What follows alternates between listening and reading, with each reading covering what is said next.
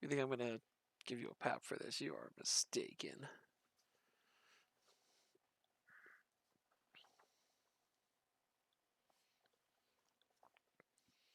Like for the record, guys, regular university classes do get paps. That is absolutely a thing, but not for this.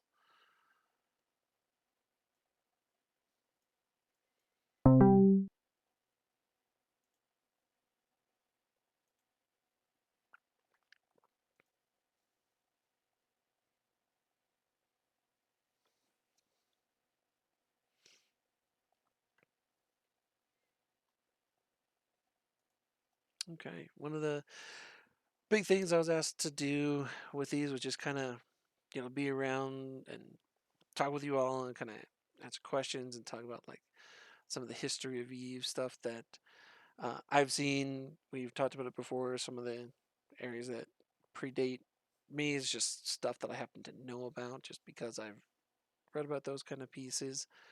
Uh, but we try and do this as a little more kind of open and fun kind of a thing. So is there like a history thing you guys are curious about, or questions you have, or um, stories that you want to hear? Anything with that? That's like a primer request there. Sarah, did you see the MOTD in the fleet there? I see you in there.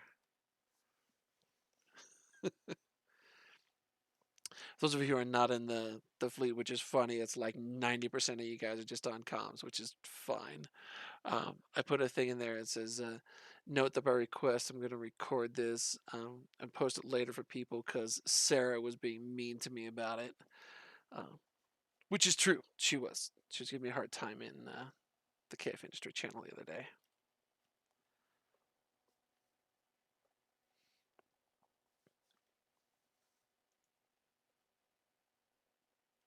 Wow, got a third of y'all on comms. That's nice. Be in the fleet because, well, Beehive. Yeah, it's all good. Yeah, I saw the ping from Toaster that he's doing that right now. So Sarah, this is a classic T-up one there. Says, can you confirm to me if the minerals uh, I'm pretty sure you meant to say I mine, but it says min there. I mine are free. Uh, be so much more fun if Harry was on comms right now. But he's not. That's slacker. I can confirm your minerals are free and will reduce your SRP for you specifically accordingly. Um, that's good. So this is a classic one that people have talked about and said for a long time. It's usually said with a little bit of tongue-in-cheek jest on there. Um, the point to it is are they free? The answer is no. You're not taking into account the opportunity cost of it. And at that point, probably three or four of you were just like, "Ugh, you're one of those kind of people." It's like, well, of course I am. You wouldn't be here listening to me if I wasn't. But that's the way most people do it, and it usually comes about because someone has priced an item on the market at lower than the market value for it because they didn't have to buy the minerals they used to make it because they mined them. Okay, that's true. You didn't have to buy the minerals. It's absolutely true. But you still had to take your time to go and mine them. And so it's an economic piece. It's called an opportunity cost.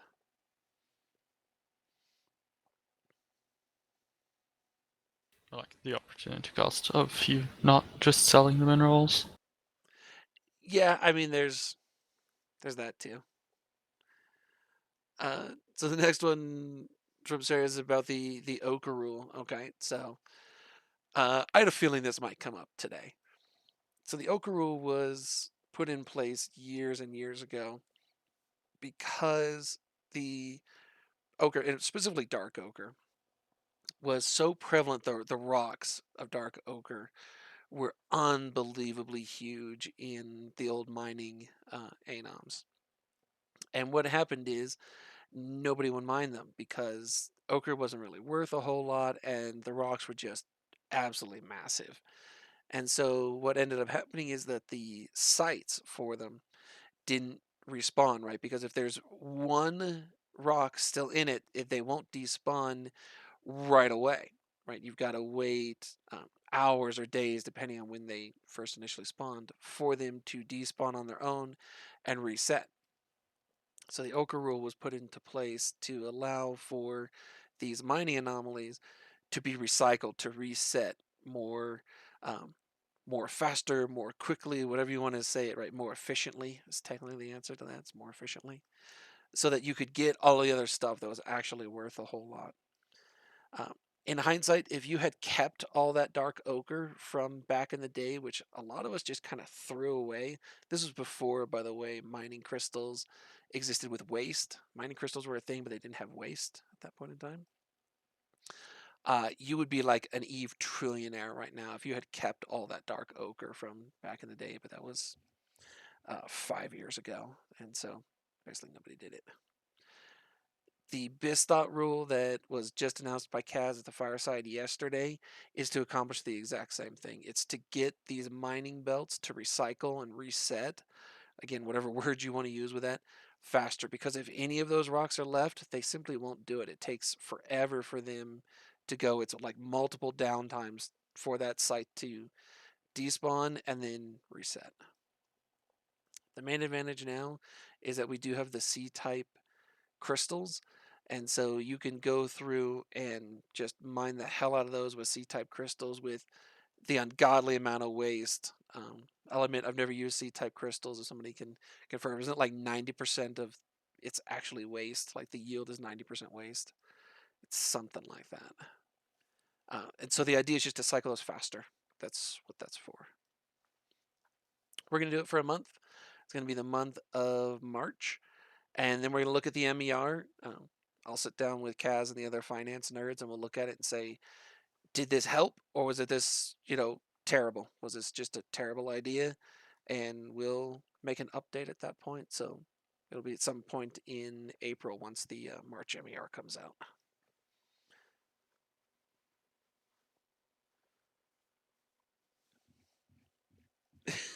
All the way back. Burn Jita. Okay.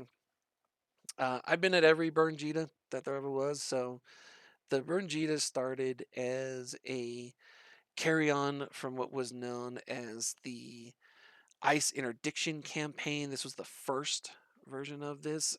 We got to go way back. We're going back over 10 years now. At that point in time, we had, right, Citadel didn't exist. There were star bases. Most of us call them towers or pauses. And these were how you did moon mining and reactions. So moon mining was a passive thing. You would, again, put that tower, that pause on the moon. You would put literally a moon miner on it. It would, every hour, very similar to the way that PI works, it would just extract something off of the moon and it would throw it into a silo for you. And then you would route that silo into reactors and you would, produce the moon goo products that you still think of today. All of the moon goo stuff that we have today, it's the same thing. It's just, it was done actually on a pause tower rather than in a citadel. Most of those towers at that point in time were Galantian. It's due to bonuses and everything like that. Most people used Galanti for it. And so the original Ice Interdiction campaign, because at that time goons were living in an area that had Galanti ice, which is oxytopes, right? It's the oxygen isotopes. And they said, nope, we're just going to interdict anybody in HiSec who was mining oxytopes.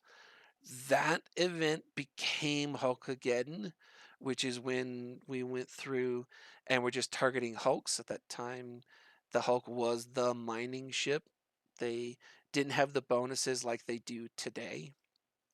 So you've got bonuses to yield rather than to specific things. So if you at that point in time wanted to mine Mercoxic, you had to use a specific hull because the bonus was to that mining. Today it doesn't really matter. It's like, mining yield is just Hulks mine more, but they're weaker, all those kind of things. The next piece was just to go through, shoot all of the Hulks because we could. They're very weak. They have the tank of about a cruiser. It's pretty easy to kill them. Skiffs at that time was tank of about a battleship, so they were much harder to kill, but the yield was much, much lower. The piece then from Hulkageddon became Burn Jedha, where we interdicted the trade hub in Jedha itself. At that point, we used Catalyst, and you would be put into squad command. Anybody could volunteer to be squad leader. The wing commanders would trade the squad commanders. I think it was 50 hulls is what they did. It was enough, right? So a squad has 10 people.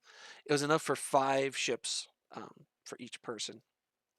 And then each member of the squad would trade their squad leader, and you would get, these ship hulls. They were already fitted. You did have to load the guns, just because that's the way it was at the time.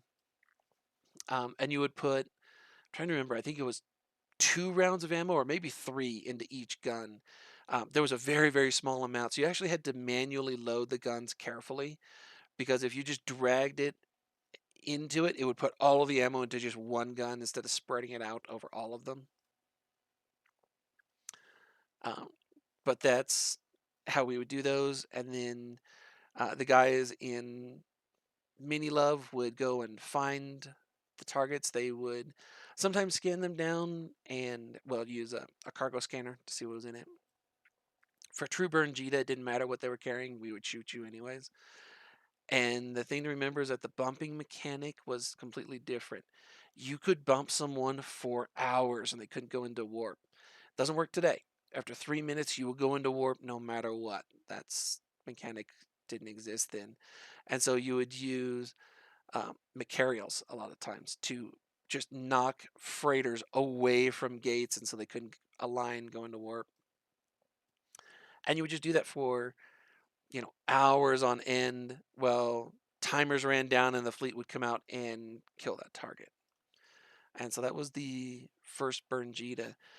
We did it all told from the Ice Interdiction campaign to the very last Burn Jedha. It was about 10 years in length. It was something like that. The last Burn Jedha was right like the year before Vietnam, as I recall. So 2019, I believe it was. Yeah, beyond 2019. I think so. I think it was the year before Vietnam. Burn Jedha traditionally was always done in the spring. It's about now, about like February, March, April. It was always done in the spring. One year, it wasn't the first year, but there was one year that CCP actually put on the launcher that there was a group. They didn't identify us, but this is like there was a group out. Don't autopilot your freighters, and it was just crushing them.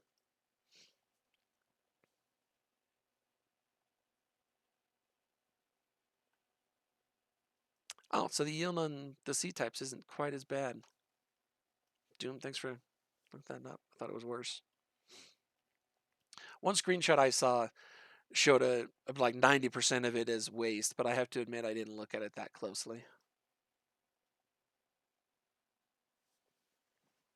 But yeah, Sarah, that was the first Burn Jedha. And like I said, we did those.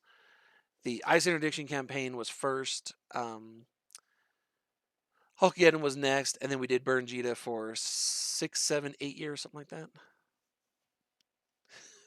By those, you suck. All right, a Hell Camp.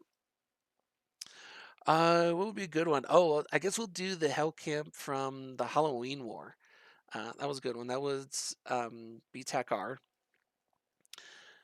And so after the Battle of BTAC-R is over, we bubbled the just living daylights out of the undock on this structure.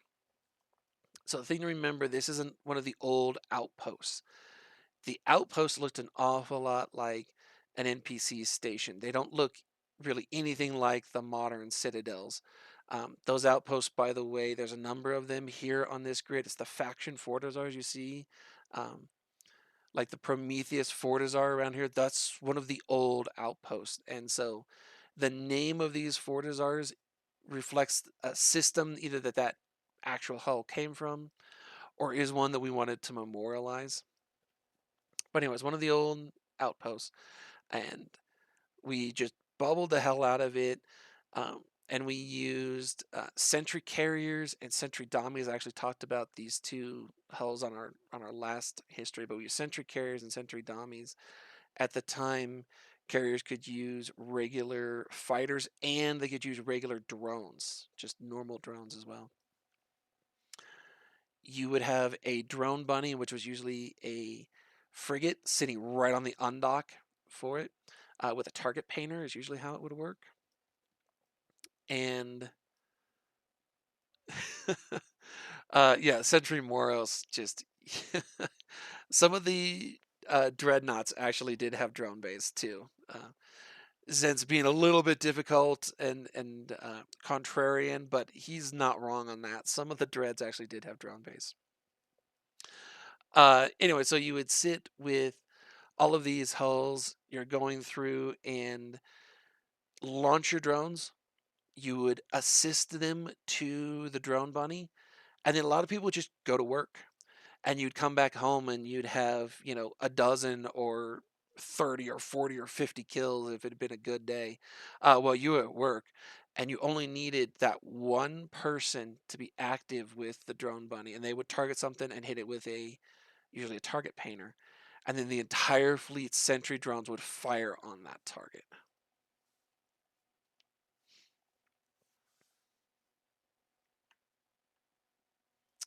So we did a lot of those hell camps for weeks.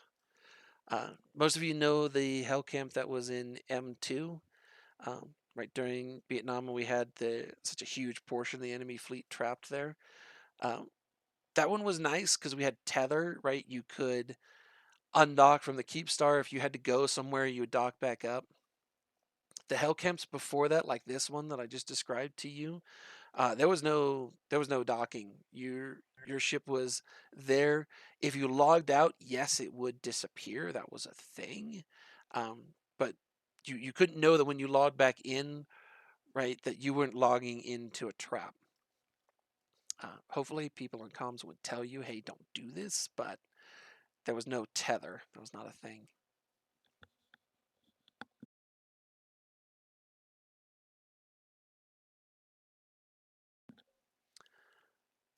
Let me see. Going through the things here.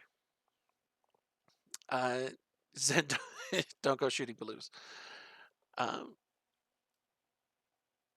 As Wibbler's main Eve occupation during the Rorqual era, he was our resident doomsdayer of people who broke the rules. So he would log in at Titan or 10 and would DD Rorquals who were breaking the rules. It was there were two things that was so great to see. It was Wibbler's ping. He actually had ping rights at that point in time. And it was just a list of people who had broken the rules and he had DD'd them. And then Atrum still does it, but his like goon fucker pings. Those were the two pings, kind of the highlight of the day was from one of those two. And it was almost every day you'd get a ping from one of the two of them.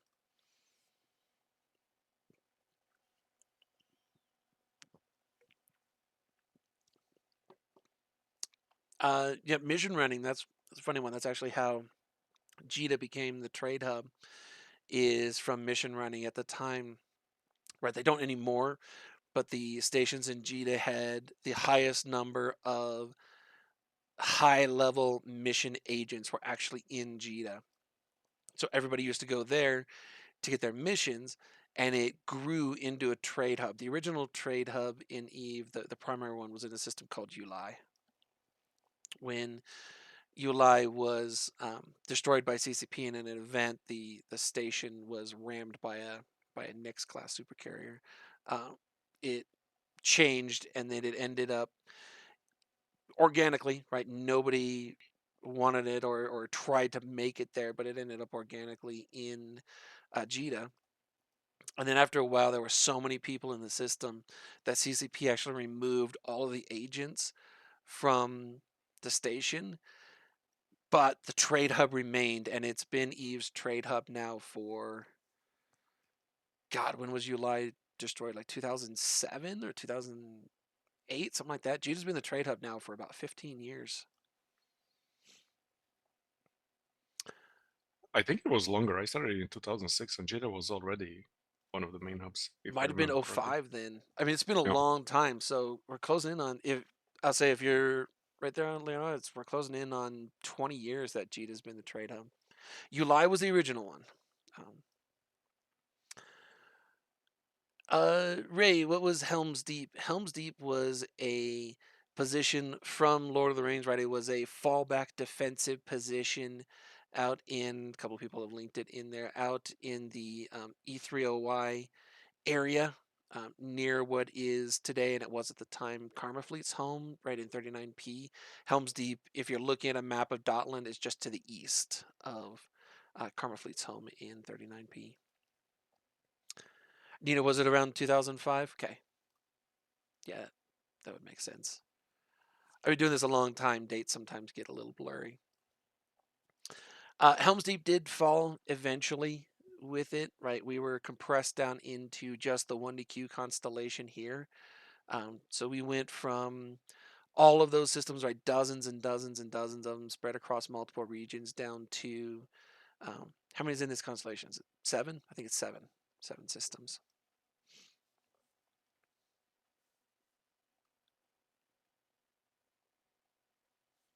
I mean, we kind of gave it away after M2, right? Once we started camping M2 rather than defend Helm's Deep. Sure. Yeah, it's one of those things of, you got a limited number of humans, and so you got to pick and choose. And holding a substantial portion of their Titan and Super fleet in position was a lot more important. So yeah, the vast majority of our focus was put right there.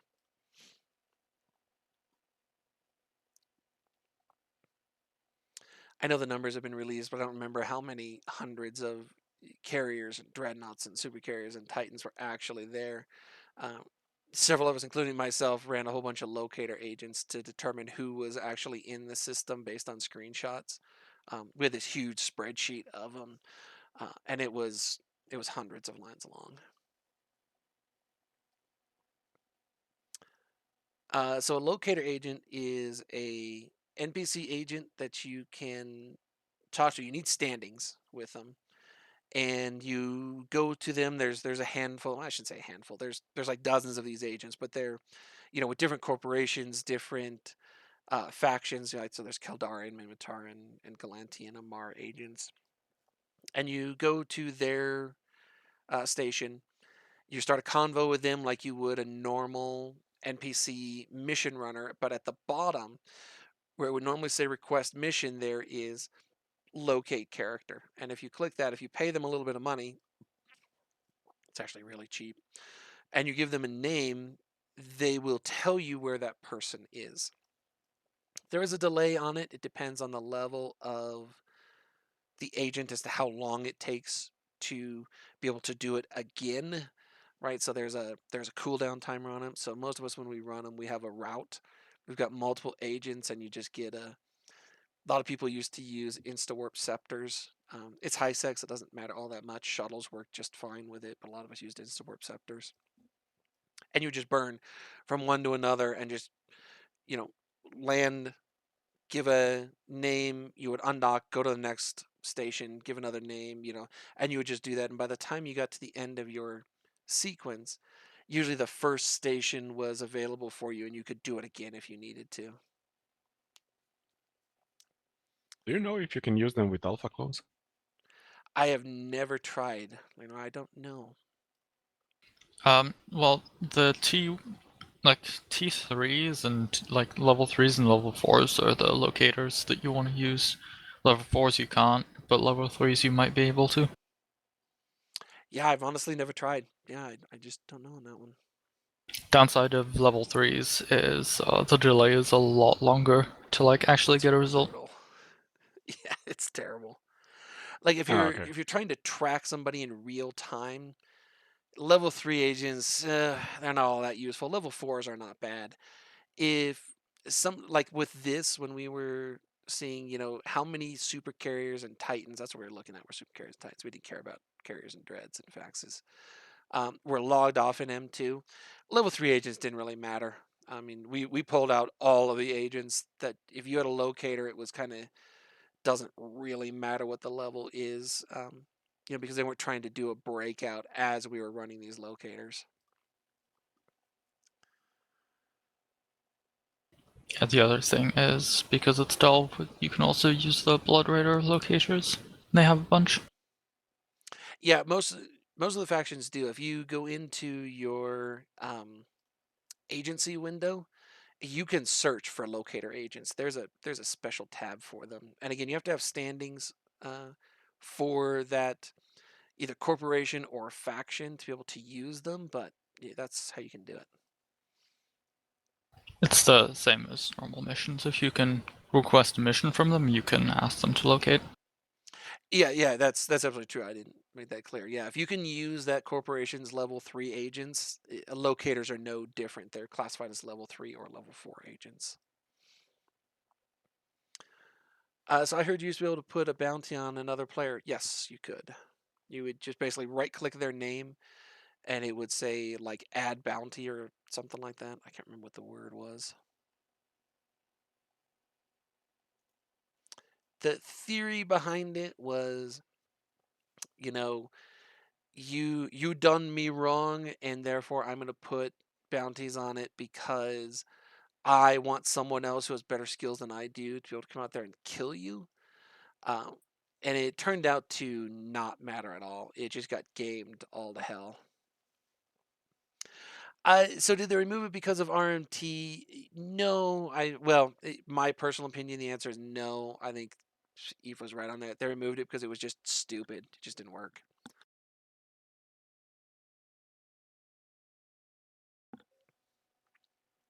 Because the original thing is just like Fudge is saying there. You could do a thing where if I put a bounty on, let's say, Bane, right? If I put it on your main of Bane of the Galaxy, and you have like Bane of the Planet, well, you could get Bane of the Planet to kill Bane of the Galaxy and collect the bounty that I put on you yourself. So it really did not work all that well. People used to try that a lot in the Bernjitas. It was hilarious. You'd go out and you'd gank somebody, and I'll admit, we were total bastards. We would gank anybody, but whatever. And then you'd get a flashing thing that would show up and say, "Oh, you've got a bounty assigned to you," um, and we would just laugh because we're like, "You realize we live in nullsec and we don't fucking care about your bounty." So we would just ignore it. Everybody thought it was just hilarious. Capital repair ships before faxes, yeah, they were triage carriers. It's just a regular carrier that you put a triage module on. It's the same triage module that a fax uses today. And you would just put in the high slots, shield and armor reps, depending on what it was you were doing. So when faxes were first introduced, the way that CCP did it so that there would be, right, because the triage module was disallowed then on carriers, and they were concerned, I mean, rightly so, that if they didn't do what Fudge just described, there would be no remote reps, capital size remote reps for, weeks while people got the BPOs and researched them and did all this kind of stuff. So the change when they went to downtime on this one specific patch day, if your carrier had a triage module fitted to it, had to be in the high slots, fitted to it in the high slots, it was converted to that same race's fax. So if you had a Amar carrier with that triage, you got an Amar fax, and that's how they did it. Funny part about that was people who were not around during the change and then came back and I was like, what the hell is this ship? I've never seen it before. Yeah, I was just about to say that happened a lot. Yeah. Yeah, I think I ended up with one. It was in a station, and it was so far away from me that I just didn't care enough to go up there and actually rip the triage module off of it. So I ended up with a fax in the middle of some system, probably like Tartoken or something like that, from when we pulled out a when we pulled out a deck. Um, yeah.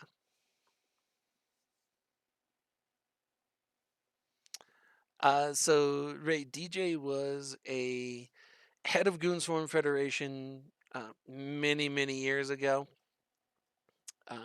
He is most famous. There's a clip of him from FanFest. He's wearing a old timey pilot's outfit, sitting on a panel, and so is Darius Johnson, right, or DJ, and it just became a meme that we've embraced for, again, 15 years or so. I mean, he predated the Mittani.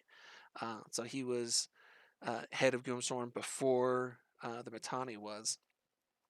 And it just became a thing of he used Goonswarm's corporate and alliance accounts as his personal like retirement piggy bank. And so we leaned into that meme, and so the executive corp today is still referred to as DJ's retirement. Oh, there's a lot of questions there. All right.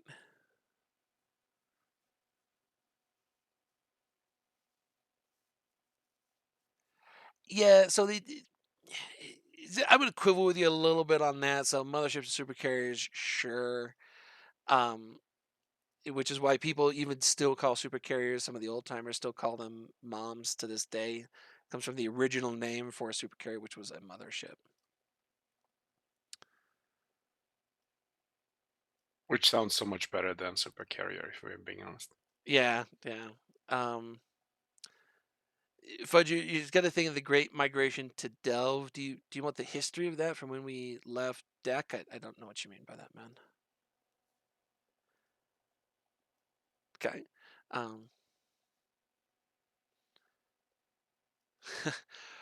Okay, there's like 4 stories in there, but I'm gonna do one there on Zen's thing. Rigs.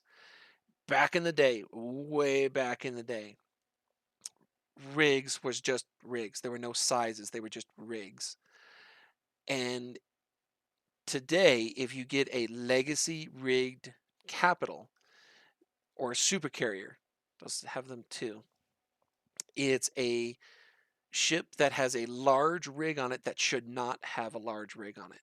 And so a carrier, and I've got one. I've got a carrier that's got large rigs on it. That's a legacy carrier because they're supposed to be capital sized.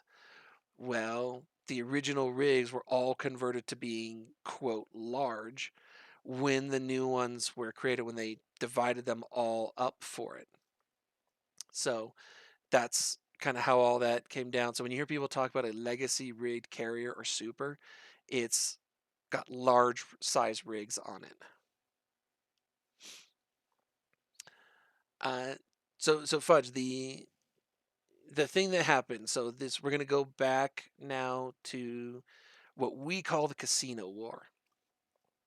The enemy to us, which is the same group of people that we have been fighting with for 15 years, since somebody mentioned it, since Bob and that kind of days, right? The Band of Brothers.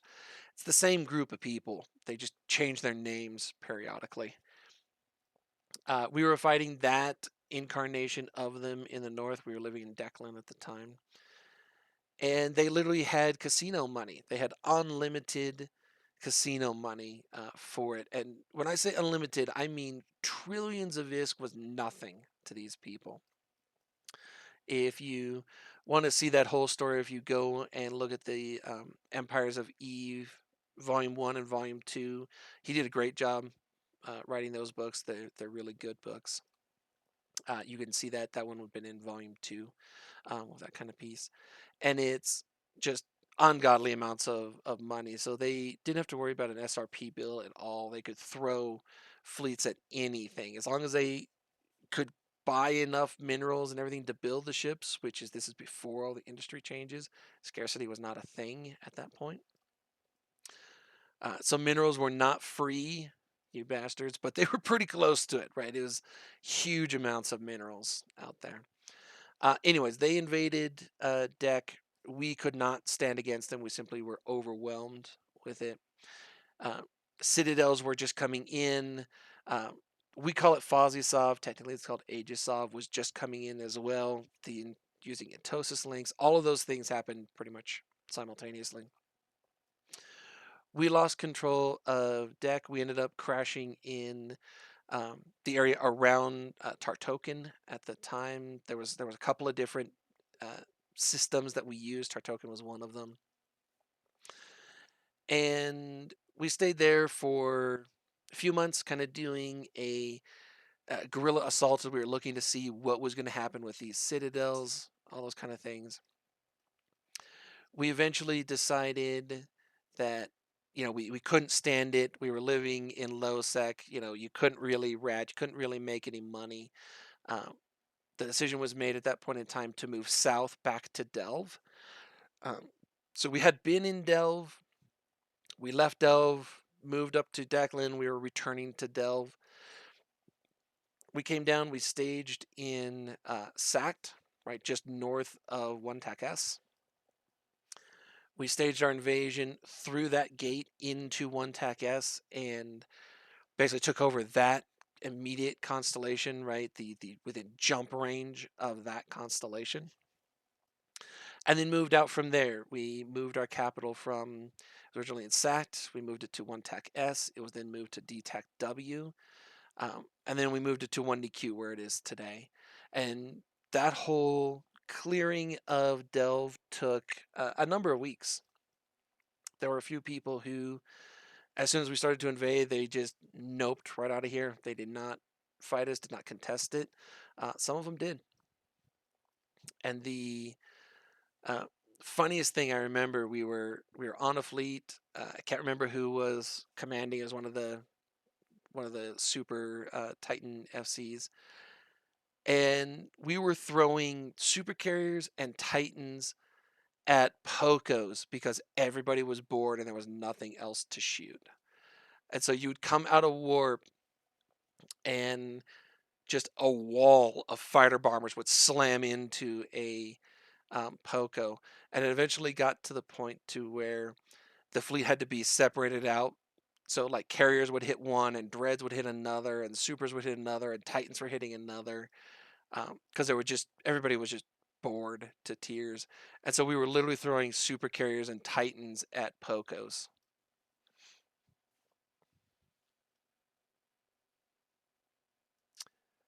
Let me see.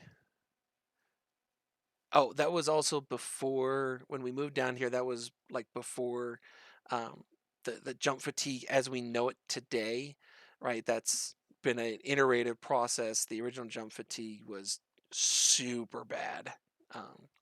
The one today is annoying. The original one was fucking awful.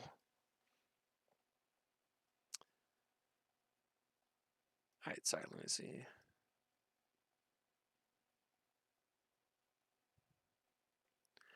So the route between Test and the CFC back in the day, weren't Test and Goons allies? Yes, they were at that point in time. Montolio was head of Test at one point in time, and I will be honest with you, Test went through so many leaders in a very short period of time. In about a month, they had like 5 of them. Buddha Buddha was one, Montolio was another. There was at least 2 more. I can't even tell you their names. They're actually in the Empires of Eve book. I just can't remember all their names. This was before we were evicted out of Deck. Test was living in Fountain at that point in time there. We had conquered Fountain at the founding of the CFC. It was controlled by an alliance called IT, literally the letters I and T, which was a direct descendant of Bob. IT was under the control of a guy named Sarmali at the time. Y'all might have heard of him. He used to pilot some Titans who we shot more than once. The conquering of Fountain, that all went through. IT did not really survive that. That alliance didn't really survive us conquering Fountain itself. Test was given to Fountain. They moved into it. Everything was more or less hunky-dory.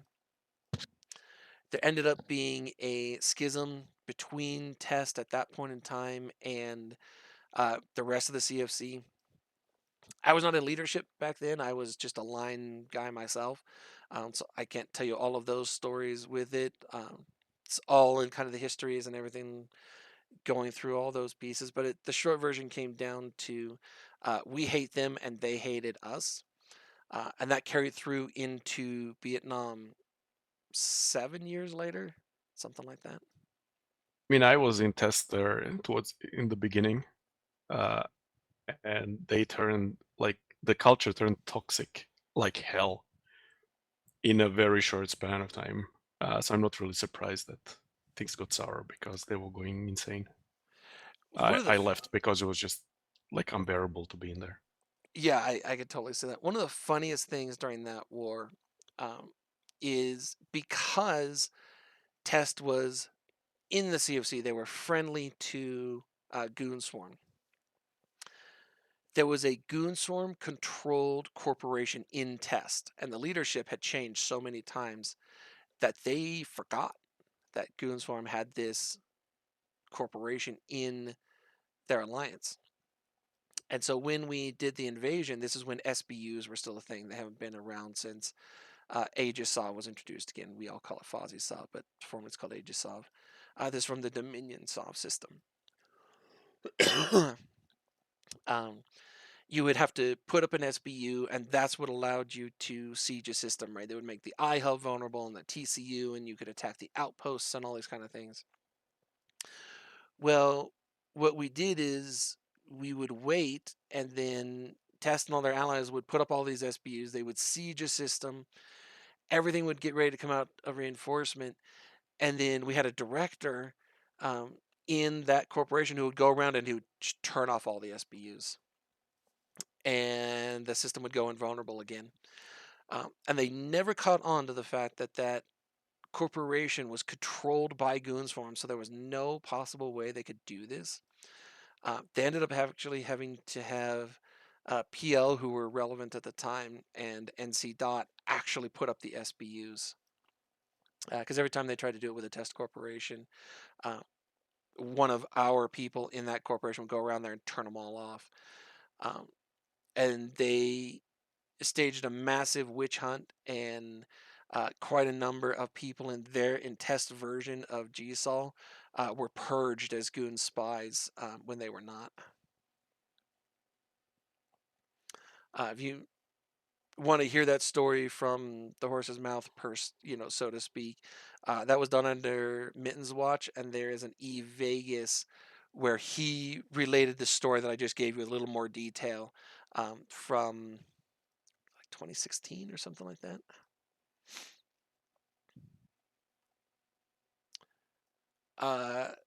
Zaphod, do I know the date of the rig change? I don't. That was a long time ago. Rissy, would be able to fight against that kind of wealth now? So the answer is no. If you had like 100 trillion ISK, you could overwhelm anyone. The thing is that with scarcity, the amount of resources that are actually in the game is nowhere near what it was before. It doesn't matter how much wealth you have now. There's only so many fleets you can replace because there's not enough stuff to build them and then outfit them, right? At any given time. If you wait like a year, sure, you can get more.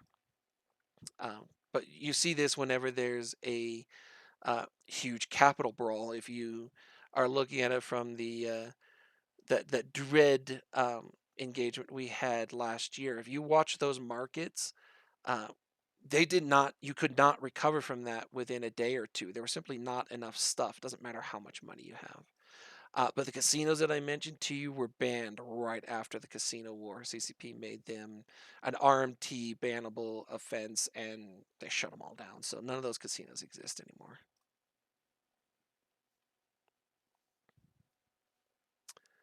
Celeno's talking about 93 PI. Yep, that's a fun little meme. It's just like V's cores in that one system, and it's just oh, we got to go rescue V's things. Oh, we got to get our supers from 93 PI. Yeah, that's just just a legacy of us memeing on shit because we're Goonies and we do.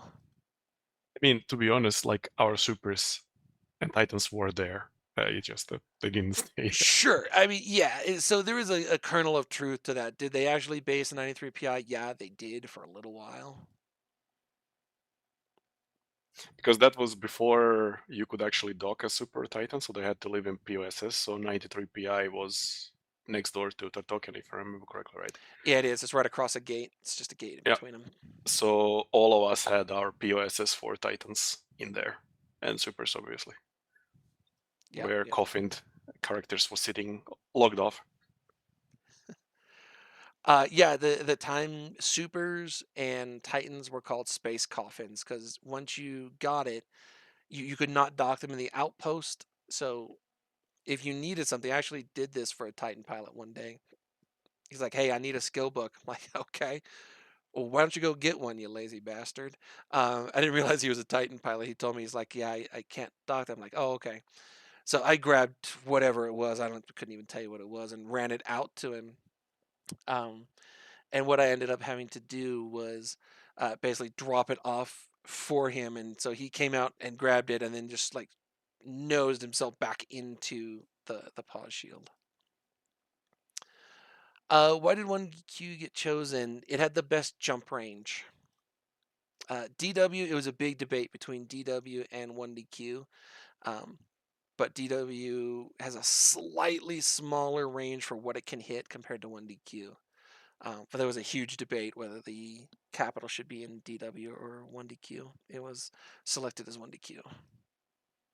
We would have probably lost the Vietnam War if we were still in DTEC-W, by the way. It's hard to say, but probably. The big Yeah. difference, right, is DW was never fortified the way that 1DQ was. So I get what you mean on that. It's hard to say on that for sure. But I tend to agree we probably would have. There's no way. It is significantly worse position. Like it's less defendable, but yeah, it's difficult to know. Like Ranger is Yeah, completely it's correct, you right? can't say Like for it's sure. I mean, is it possible? Well, I mean, we won that war honestly because TES fucked it up. That's what it is, right? They made so many mistakes. We should not have won that, and it really comes down to their failure to capitalize. it's not just test. Like even today, they fight the exact same way, right? They bore you out. They grab the system. They wait 3 months to put a jammer on, and then they unopposed kill the structure. And they Well, just burned sure, themselves out way before they could actually get to the core of us. but I mean, remember, Leonard, the vast majority of TES joined Horde. The True. vast Yeah, majority that of them did. stupidity kind of transferred. Ray, so you're asking, isn't Somali still in charge of NC? I don't know who's officially in charge of NC. Lady Scarlet is the name that I usually think of, like Vince Drake and people like that. Um, He I was don't never know.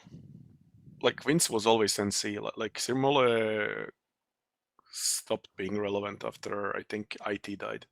Yeah, He was around, but he was never head of NC as far as I can remember. I don't remember him ever being in charge of NC. But like I said, I always think of it as um, Vince and Lady Scarlet are the two. Like when I think of NC leadership, it's those two people. Um, Sir Molly, he's still around. You still hear about his name every now and then, but even with him, I haven't heard his name like as an undocked player doing something in a long time.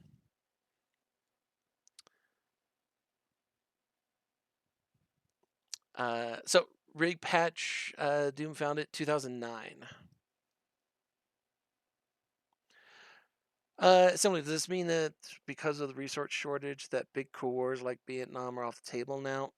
So the answer is yes and no at the same time.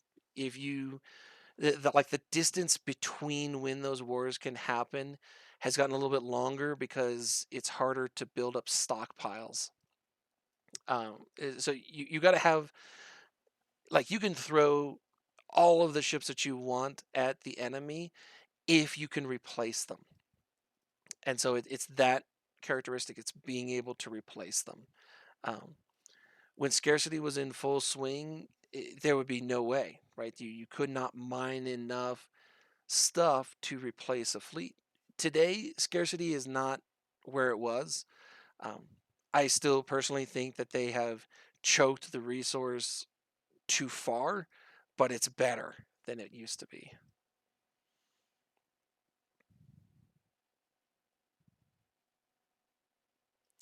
Vance, why did we not drop keep stars in NBC Delve during the war? They're too easy to kill, as we proved to them when we blew 4 of theirs out of space.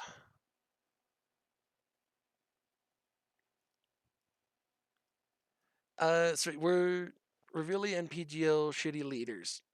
Vili is. PGL is a fleet commander. He's a combat guy. As a tactical commander on a field, PGL is good. Um, I've fought against him many a times. Um, hearing his voice on our command channels is one of the weirdest goddamn things to me. I fought against him for years and years. I've actually met him. He lives in my hometown. He's come to one of the Denver Eve meets. I've actually met him. But it's, yeah, so he is a strategic and tactical commander of fleets, and he does a good job with it. Vili is a fucking moron. He's one of the stupidest people I've ever seen in Eve. Um, he thought he was so clever with everything, and he is not.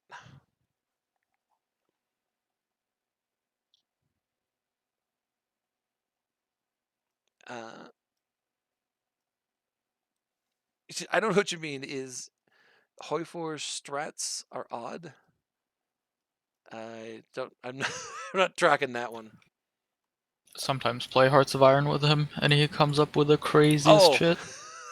Hearts of Iron. Yeah, yeah. Hearts of Iron 4. Gotcha. That took me a moment. He is a. So, not talking about Vili here. We're talking about PGL. He comes up with some of the weirdest shit I've ever seen, and I just look at it and I'm like, there is no way that's gonna work. And sometimes I'm right and it doesn't, and he slams into a wall, and sometimes it hits that wall and punches through it like it's butter. And it's just like, oh shit, okay. He's very good at what he does. He and I don't, we're not the biggest fans of each other. Just a lot of history of me hating him and him hating me, right? Not personally. Don't think he even knew who I was, but it's just like, Goon line members don't like him, but he's very good at what he does. Yeah, I still avoid his fleets. So if you feel there wasn't a Vili, there wouldn't have been a Vietnam. Right? So that's not quite true. I get where you say that. The blocks get together and have a huge war about every 5 years. So that war was coming. Vili leading it let us win, but that war was coming no matter what.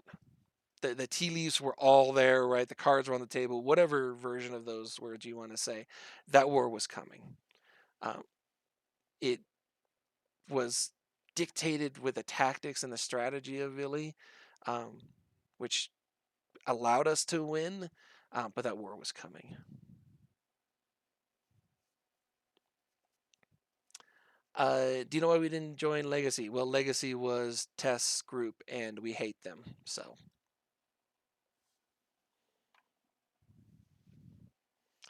How did PGL end up in Goons? You'd honestly have to ask him that story. I don't want to tell you something that's not true with it, but yeah, you'd have to ask him that whole story. I think we call it cultural victory. Usually. Yeah, I mean that would be that's a good way to put it. Yeah, it's culture victory. He liked my short version. If you wanted my 2 cents, he doesn't like Vili. He liked us better, and therefore he's with us now. But if you want like the real actual story, you'd have to ask him. The other one that really threw me was Elo Knight. For those of you who remember him, the first time I heard him on our command comms, I'm just like, what is this Twilight, through the looking glass kind of thing. It was just the weirdest damn thing to me. Yeah, I don't know. Like, they were never relevant enough to really be hated properly. But like EGL and Willy, that's like a real thing. I go way back with Elo. He evicted my first corporation from our first home, so Oh, I go way back on the hate with him. yeah, I can get that.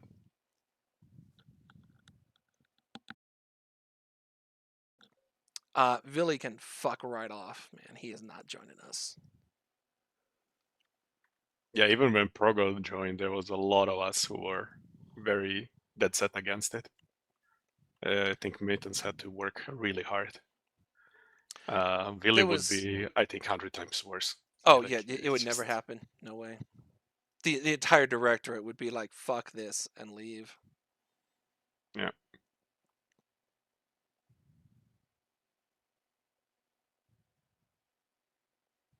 But I mean, don't worry about it, guys. Right? Test is still a completely relevant nullsec alliance. I mean, the last fleet, I think they had 10 people in it. I mean, the funny thing is that they seem to be slightly more relevant than PL. So Yeah, but I mean, you're if you're gonna set the bar that low, I mean, how hard is that? that is true. For those of you who have not been around as long as Leonard and I have, when you hear PL, the vast majority of people think of them from the PL of old, from 2012, 13, 14, 15, that era. They were the boogeyman of Eve. They would show up and you were going to lose your space. Like, that's all there is to it. If they decided to invade you, your space was going away. You were going to lose it. Um, they stopped being relevant 5, 6 years ago. It was like between when we lost the Casino War and then when we won Vietnam, like between those two, PL stopped really being relevant. For honestly the simple reason most of their guys won Eve and basically retired. I think it wasn't that like basically when the jump fatigue came in because their thing was It was, moving yeah. supers very quickly, right? Yep. Well, capitals. Because that was like I remember them being like that was be like, oh, they batphoned PL and they jumped their entire capital fleet across the entire Eve universe in like 15 minutes. Yeah, you could do that because fatigue didn't exist, so all you had to do was recharge your capacitor and you could jump almost instantaneously.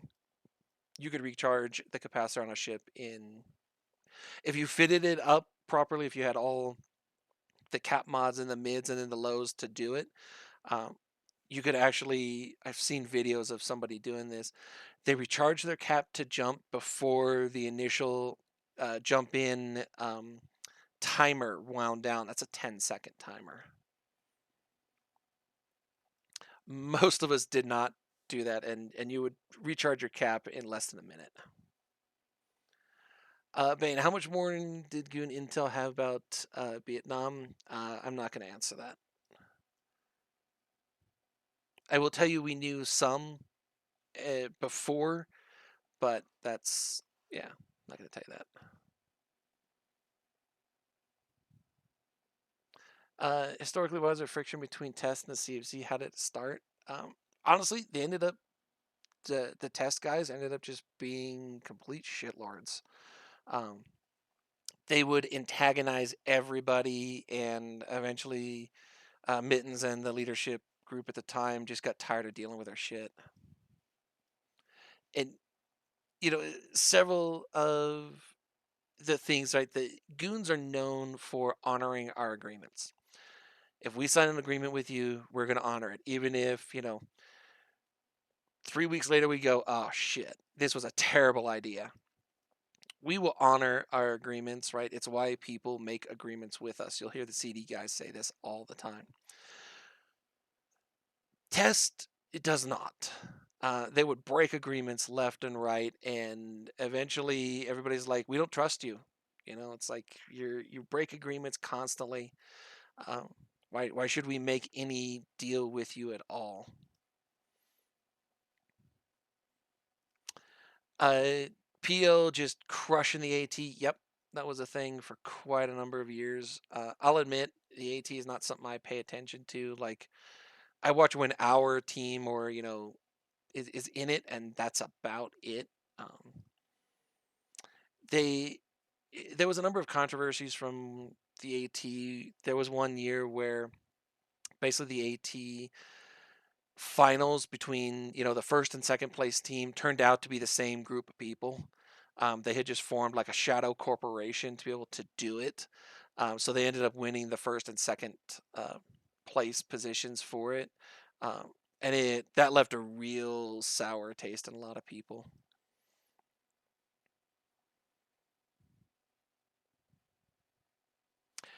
Yeah, and what is it? Yep, cap rechargers. Yeah, it was a way to do it. Yeah, Headliner's still around. He is an FC of kind of the old school variety. He is still around. See, because of that, I kind of changed my mind. Like, I think we were overestimating PL even back in the days when we started. They're just very good at punching much weaker enemies. Oh, sure. Like, They were the right? kings of punching down. Yeah, absolutely. Back in those days, though, remember, we're talking about area effect doomsdays, and if you weren't in Pandemic Legion, you didn't fly your Titan. So pilots would play in nullsec alliances, pilots would acquire wealth, you'd get a Titan, and if you wanted to fly it around the galaxy, you then join Pandemic Legion. Yep. That was, I don't, there was always a persistent rumor. I don't know if it was true, but I would believe it that in order to join PL, you had to have your own Titan. I don't know if that's actually true, but people used to say that all the time. I wouldn't be surprised. I don't know. I soured on them like we were here.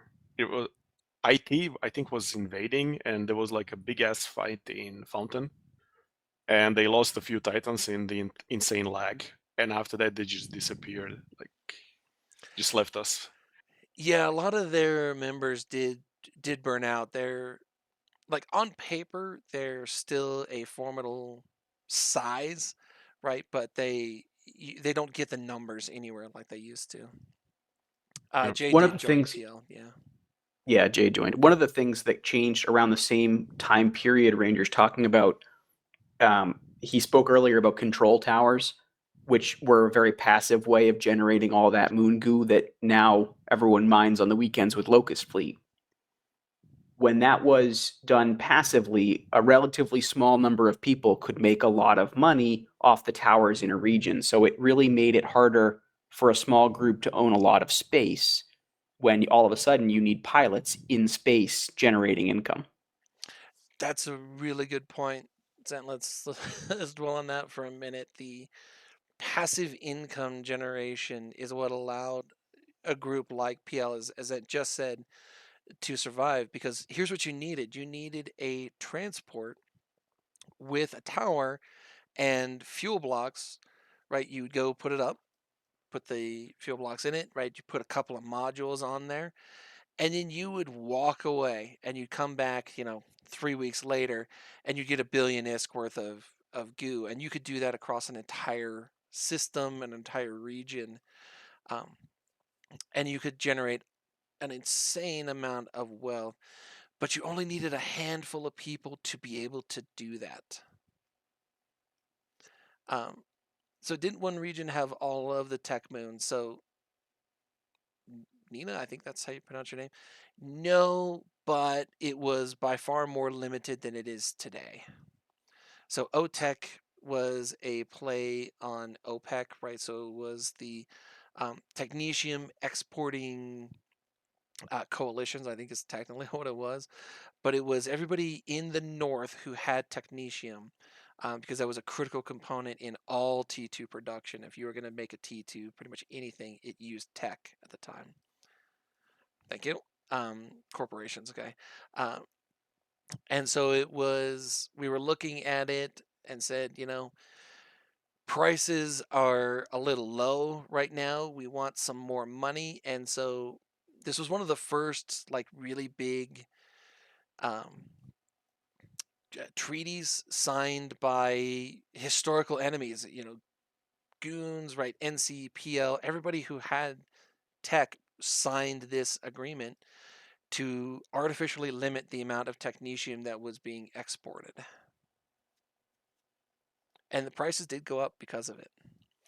Uh, Subsequently, CCP has shuffled and rearranged moons and moon goo more than once, but they did it to kill the technetium market that we had. They spread it across the galaxy so that you couldn't have just 4 or 5 groups control the entire thing. Well, and something going back to the very origins of Eve, right? We talk about moons as RX, right? R4, R16, R32. That's an indication of rarity, right? So an R64 moon means 1 out of every 64 moons in the universe had that mineral on it.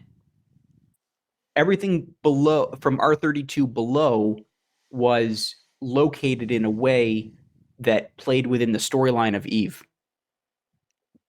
And It does, Rifa. yeah.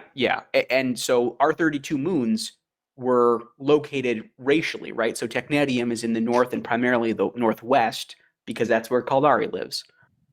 And it's used in their ships and it's used across the board. As they've shifted the industry over 20 years, the correlation between the racial moon goo and the racial ships has sort of lapsed. But that's what led to OTEC. Well, Miss, do you know what they're forming for you? At the time. That's also when they introduced the and I forget what it's called, but the alternative method of creating R32s from other R32s. What the fuck is that process? Global. Alchemy? That, yes, alchemy. Yeah, it's alchemy. Alchemy was introduced to break the ability to create that sort of price market. Wait, is alchemy still around? It is. Huh, Nobody haven't does heard it that, because it's word Right, in horrible, it's but it ages. still exists. Okay, cool. Didn't know. Yeah, it's a terrible yield on your stuff, but it does still exist. Yeah, you can still find the not a blueprints reaction formulates for that. Yeah, I guess it works just as a backstop for prices, right? That was the theory, is that if there was a shortage in, you know, this thing like promethium or technetium or whatever it was, you could use something that there was an excess of, right, to change it into this other thing. But the yields on it ended up being so terrible, they didn't get the ratios right, that like nobody does it.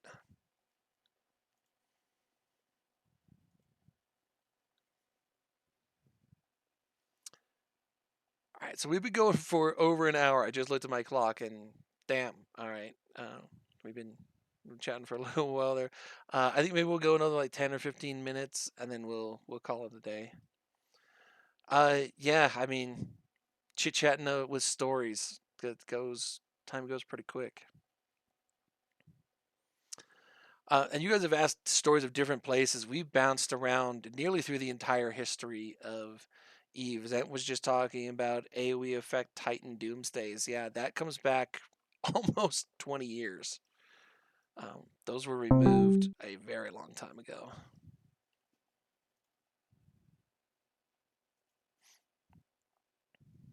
Roughly when we, well, I wasn't in Goons there, but roughly when Goons and others started getting Titans. Yep.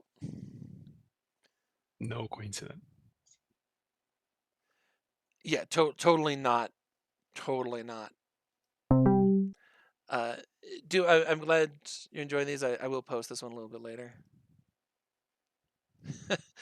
How did Harry do that? Well, Harry made the cardinal sin, as I have been accused of by several other directors of befriending me, and he should never have done that. See, I don't think Nemus is on comms today. I haven't heard her voice. She usually is giving me a hard time about that. At the last Meet the Directors thing that Ankh and University did just last year over Christmas, so just a few months ago. Uh, there was a horrible slander and libelous comment that like half the directorate is in the directorate because they befriended me, and that was their cardinal sin. Um, and I counted it up, and those bastards were lying. It was only about 6 of them current directorate. Only. I was about to say, is it So slander half. if it's true? Quiet you. we're not It is talking if he is in actual laws UK. here.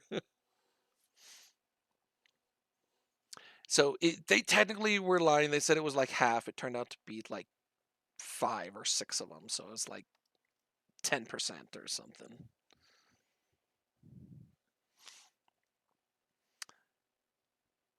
But it's funny. I first really came to know Harry from the KF Industrial channel. It's actually how I first met him. And the website of his, that in industry website calculator thingy that he's got, which is very cool.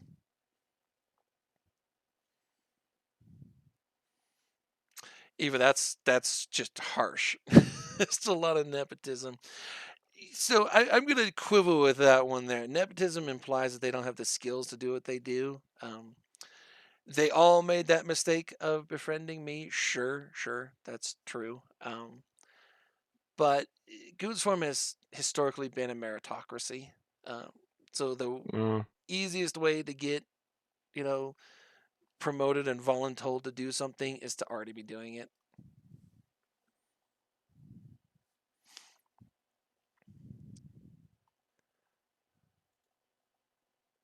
My own journey is pretty similar to that. I was doing something. I made a cardinal sin of doing it where a director could see me, and that pretty much opened that rabbit hole of a disaster for me. So who did you befriend? The man whose Keepstar we are above right now, Space Dad himself, Ted McManfist. Oh, Many years ago, before he retired, which is a shame. I miss Ted. He was a good guy.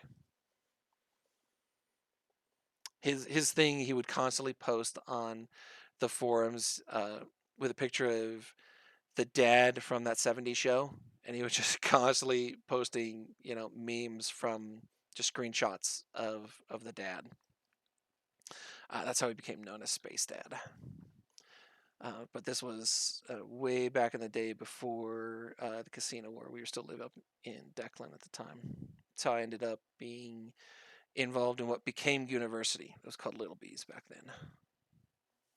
that's how I ended up in Terra, because ratting in a carrier, and then you were responding to others getting tackled. Yeah. Got roped into that.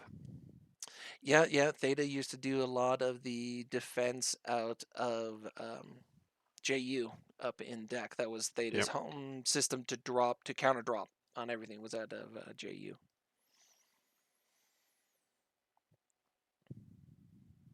It was fun. That was really fun. Except one time when I forgot to dock and woke up in Jita for my trouble. Yeah, done That was really bad. I undocked, and it's like suddenly all white on the overview. I'm like, shit, we're getting invaded, and panicked. I'm like, wait, why am I in Jita? And then I realized at some point I had forgotten to dock my carrier, and it got killed on the undock. Oh, yeah, that happens. Oops. Fudge, was I around for the move from Faith Avalis to Delve? No, I was playing Eve, but I was not in Goons at that time. I joined Goonswarm in 2012, 2013. I was in the CFC when the CFC was founded, but I wasn't in Goonswarm. I was actually in an alliance that doesn't exist anymore now. It was called Fatal Ascension. But I was in that alliance when the CFC was founded. Ray, what is my role in Goonswarm? I am Goonswarm's Chief of Staff.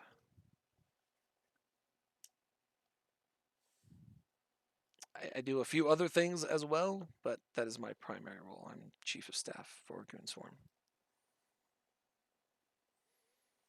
I started out as uh, an instructor in, again, it was called Little Bees. Again, we now call it University, but it was called Little Bees. I started out as an instructor there.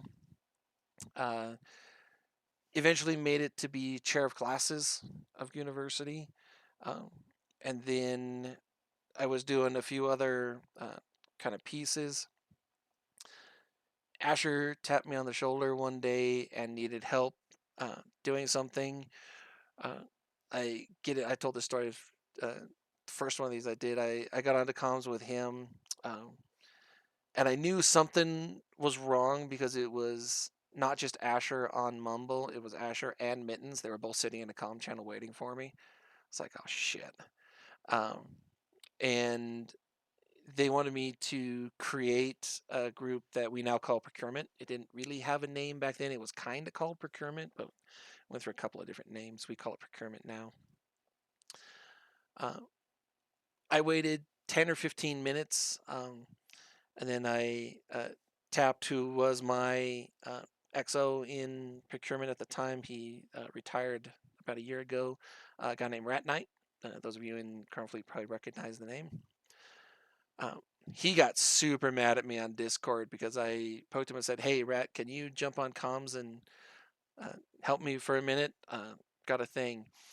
And he literally wrote on Discord when he opened up Mumble and saw it was me, Asher, and Mittens sitting in a channel. He's like, "What the fuck, man?" But he joined the channel anyway, so that's on him. Sucker. Yeah.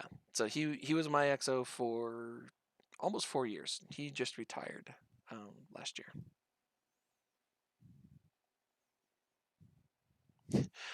Bane, I have not lost a jump freighter or a freighter. I haven't even really misplaced any. The original, I'll give you guys that story. That's a good one. So this is all Elvalar's fault. Again, Karma Fleet guys know Elvalar. This is all his fault with this. I couldn't find a Blops. Couldn't find it. It was a Redeemer. I was looking all over the place for a Redeemer, and I'm like, damn it, where the hell is this Redeemer? I couldn't find it. So I'm like, well, shit. So I just bought a new one and fitted it up. And then I was complaining to Elvalar that I found it, but it was in the SMA of like a carrier or a dread. I don't remember which. I think it was a carrier. And at the time, the in-game search wouldn't really show you something if it was in the SMA of a cap. Like J-Eve does that, but the in-game search one didn't. And that's how I ended up with a reputation for losing things because I misplaced one Blops and an SMA and a carrier. Is Elvalar still around? Yeah, he's had a whole bunch of crazy IRL work stuff. So I still talk to him on occasion. He's still around. He's just not active in Eve as much anymore.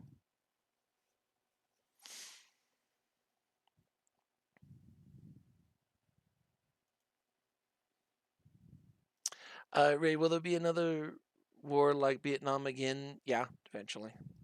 The blocks do this, like I said, about every 5 years. So um, we're coming up on another cycle where it will become time to kill all of the Goonies because they're terrible people. So it's just happens. It's every pretty consistently, about every 5 years. So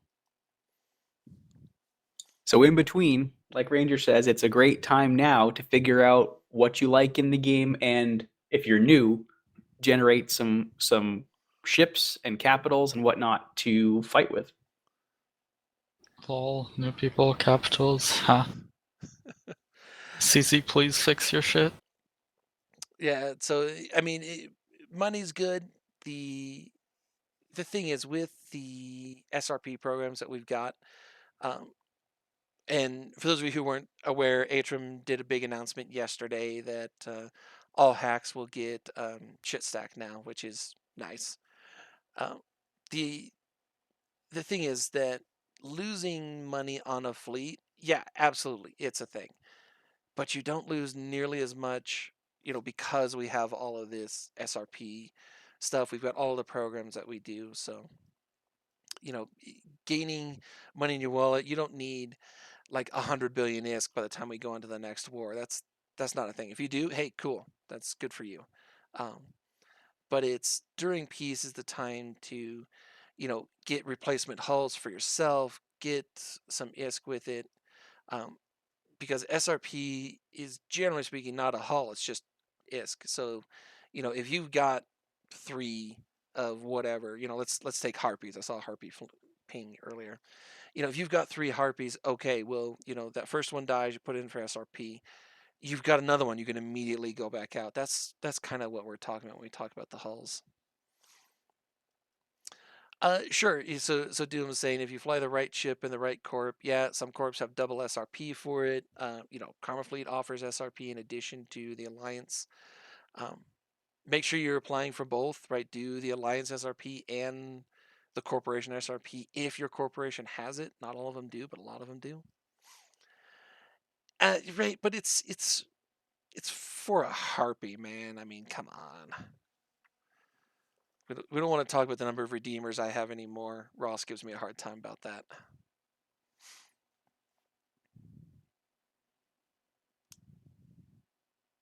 That's why I'm ratting. I have to get 1 extra. Gotta get some more. Yeah. Brocat It's, keeps insisting on it. yeah, it's funny, right? See, you say all that money that I've got. I nobody ever believes me.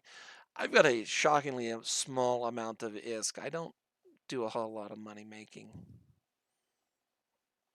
Shockingly small, only 100 bill. It's my net worth right now is like 7 in ISK. I just Mine don't too. I don't keep a whole lot of liquid around. 700 billion. All right, I walked right into that one.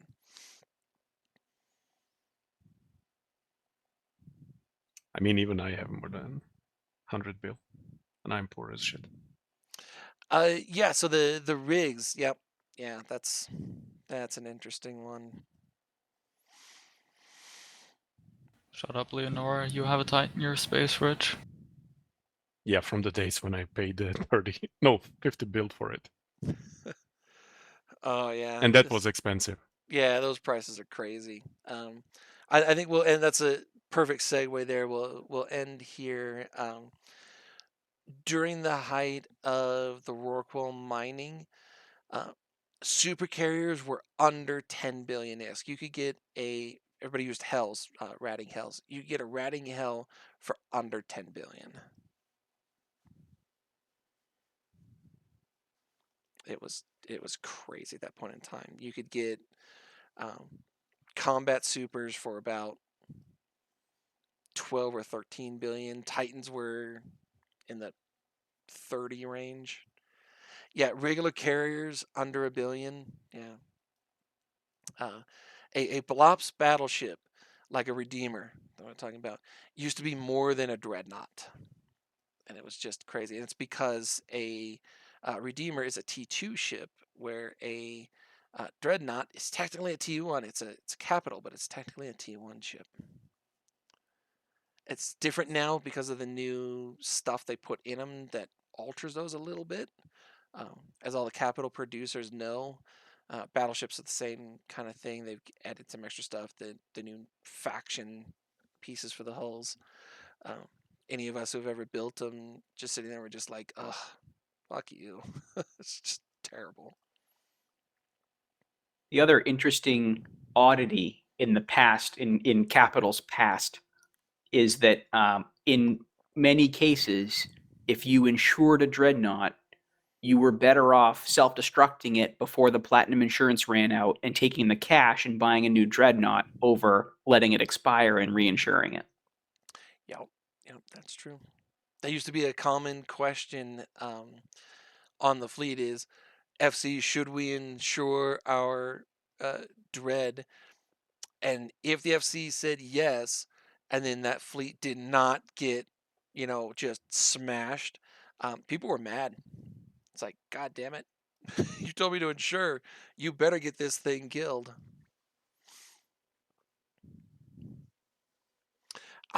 Bane, I would love a Marshall as well. You giving one away?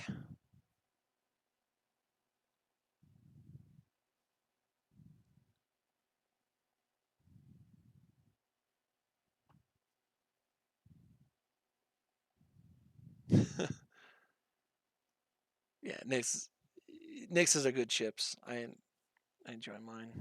I don't get to use it that often anymore, but them's the way with supers.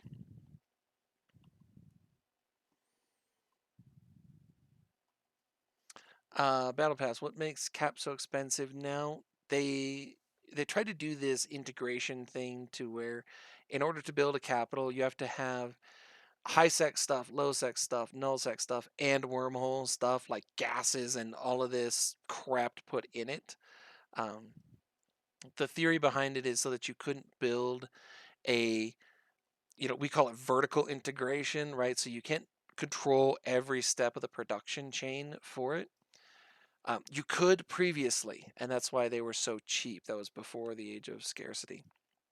But the new components to them and having to get them the BPCs for them, doing the research on the new BPOs to get those BPCs, all that stuff is added up to make it harder than it used to be. I shouldn't say that. It's not necessarily harder. It's just a little more annoying right now. It's not all that much more difficult in terms of like button clicking, but you just got to have all of these other pieces that you've got to have together instead of just straight T1 minerals. If you're familiar with production at all, the best way to think about it broadly is they've changed it from a Tech 1 ship to a Tech 2 ship in a sense, in terms of the production process. Yeah, I think that's a good way to put it. They're not technically T2 ships, but they've got stuff kind of like T2 where you've got those extra pieces. Sure, that's a good way to put it. Another huge challenge to capital production at scale, right, in large cases, is how much of it has happened over the past 20 years, right? There are people who have dozens of dreadnoughts, right? Alliances that have hundreds of dreadnoughts. And so the incentive to build new when the cost has doubled or tripled in some cases is very low. One of the reasons you see Navy dreads getting produced is that they were introduced after the changes took place. So there are no stockpiles. Nobody had dozens of Phoenix Navy issues or Revelation Navy issues. So they all have to be built under the new system. The stockpiles was a big thing. If you go back and look at the press releases from Rattati in like 2020, 2021 with the scarcity, stockpiles was a big thing that they were targeting. And as much as I don't like him and some of the things that he's done, he's not entirely wrong with that. Stockpiles were a thing. People were sitting on huge piles of ore and minerals and ship hulls and all of these kind of things. So he's not wrong in that sense. I don't think they went around it the right way, but the stockpiles were absolutely a thing. Battle Pass, what'd you win on the Hyperdat? PNR. Oh, nice. I bought 10 nodes for like 150 million. Is it someplace that you can actually get it, man? It's not like in the middle of It was freaking in a nowhere? low sec place, it's kind of a scam. They do that. But somebody had a buy up for it. I immediately sold it for like $5 billion. It's not too bad. All right, guys, that's an hour and a half. I think we'll call it good. So thank you all for coming out. I hope you found it interesting. I will post this on YouTube. I'll get the link up. And apparently Sarah was yelling at Ankh to make sure that this was like pinned or something. I wasn't paying any attention to it, I'll be honest. But there will be links for anybody who has missed it. We'll do another one of these in a couple of months. I'm trying to do these about every 3 or 4 months so that they're not, so annoying and we've got new stories. But as you saw for today, I mean, always stories, right? That's kind of Eve for you. So, all right, you guys have a good one and enjoy the rest of your Sunday, and we'll talk to you all later. It's for stories.